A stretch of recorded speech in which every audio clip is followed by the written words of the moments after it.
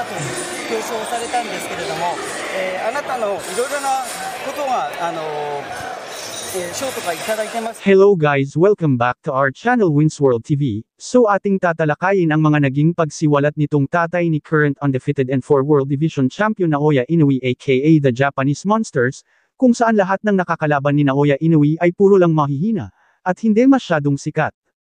Ayon sa tatay ni Naoya Inoue, ay ang problema ikanya ay nasa mga available na fighter sa lower class division at wala ikanyang problema sa kanyang anak na si Naoya Inoue.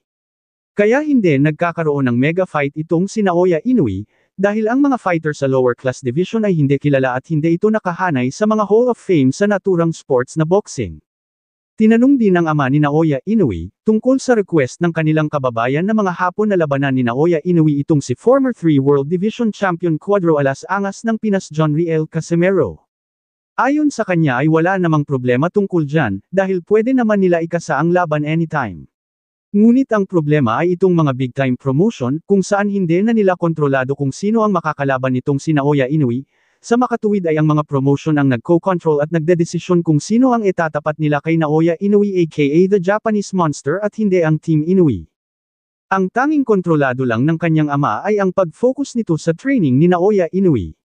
Pati na rin ang mga upcoming fight nito ay kontrolado na ng mga promoters.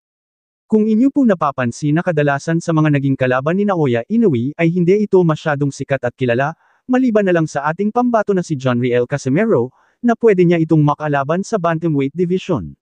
Ganun pa man ay meron nang inilabas ang mga promoter tungkol sa mga susunod na makakalaban nito. Ito ay sina Junto Nakatani, John Riel Casimero at Gervonta Tank Davis. Ganun pa man ay wala pang malinaw na report kung sino kina John Riel Casimero, Gervonta Tank Davis at Junto Nakatani ang kanyang uunahin na makalaban. Ayon sa kampo ni Naoya Inoue ay nakadepende daw sa laban ni John Riel Casimero at Saul Sanchez, kung ito ay maging impresibong panalo si John Riel Casimero o hindi.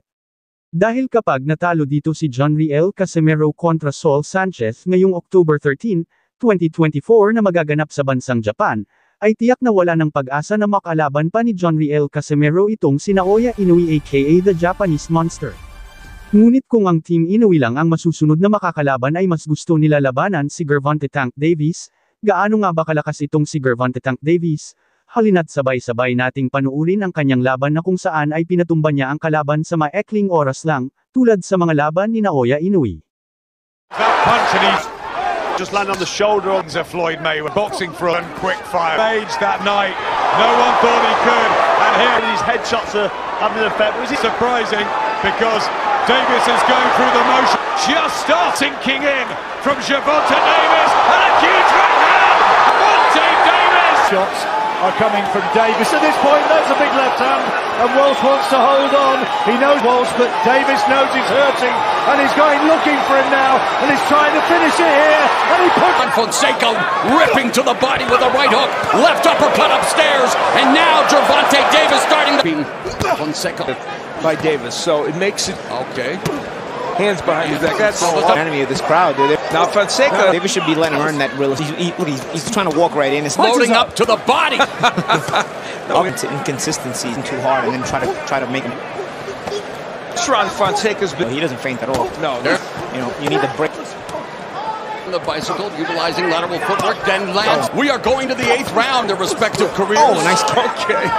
The kids will tell you. Oh, Fonseca.